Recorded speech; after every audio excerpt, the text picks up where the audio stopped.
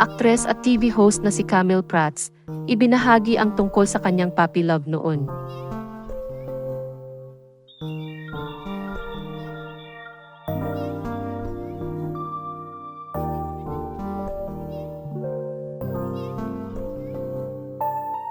Naging bisita ang celebrity siblings na sina John Prats at Camille Prats sa programang Fast Talk with Boy Abunda nitong Lunes, November 4, at doon ay tinanong si Camille kung sino ang first love niya na nagsisimula sa letrang C.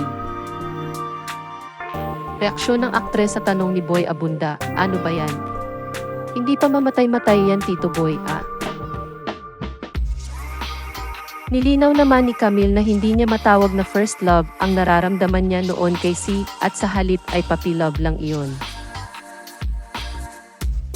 At dahil hindi pa sinabi ng TV host ang pangalan ng nasabing puppy love ay nag-alok na si Boy Abunda na manghula. Nang tanungin ni Boy Abunda si Camille kung ang aktor na si Carlo Aquino nga ba ang pangalan ng puppy love niya na nagsisimula sa C.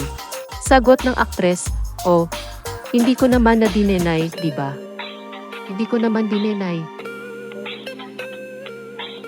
Ayon naman kay John Prats, parte pa sila ni Carlo noon ang banda nila na JCS kasama si Stefano Mori at hindi niya raw alam na pinupormahan na pala ni Carlo si Camille. Anya, I can still remember nung nangyayari yung mga moments na ganyan. Syempre, JCS, banda kami, tapos hindi namin alam, pinopormahan pa nung isa yung kapatid ko. Nung nalaman ko talaga, para kaming mga, wag natin papansinin yan, Stefano. Inilahad naman ni Camille na nakaramdam naman siya ng guilt noong mga panahon na iyon at sinabing kasalanan niyang hindi pinapansin si Carlo ng mga kabanda niya. Parehong bahagi ng 90s youth-oriented show na G-Mix sina Camille Prats, Carlo Aquino, at John Prats. Ikinasal si Camille kay VJ Yambao noong 2017 at mayroon na silang dalawang anak na sina Nala at Nolan.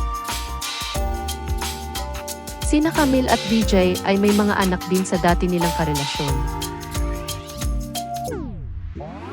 Ikinasal naman si Carlo Aquino kay Charlie Dizon noong June 2024.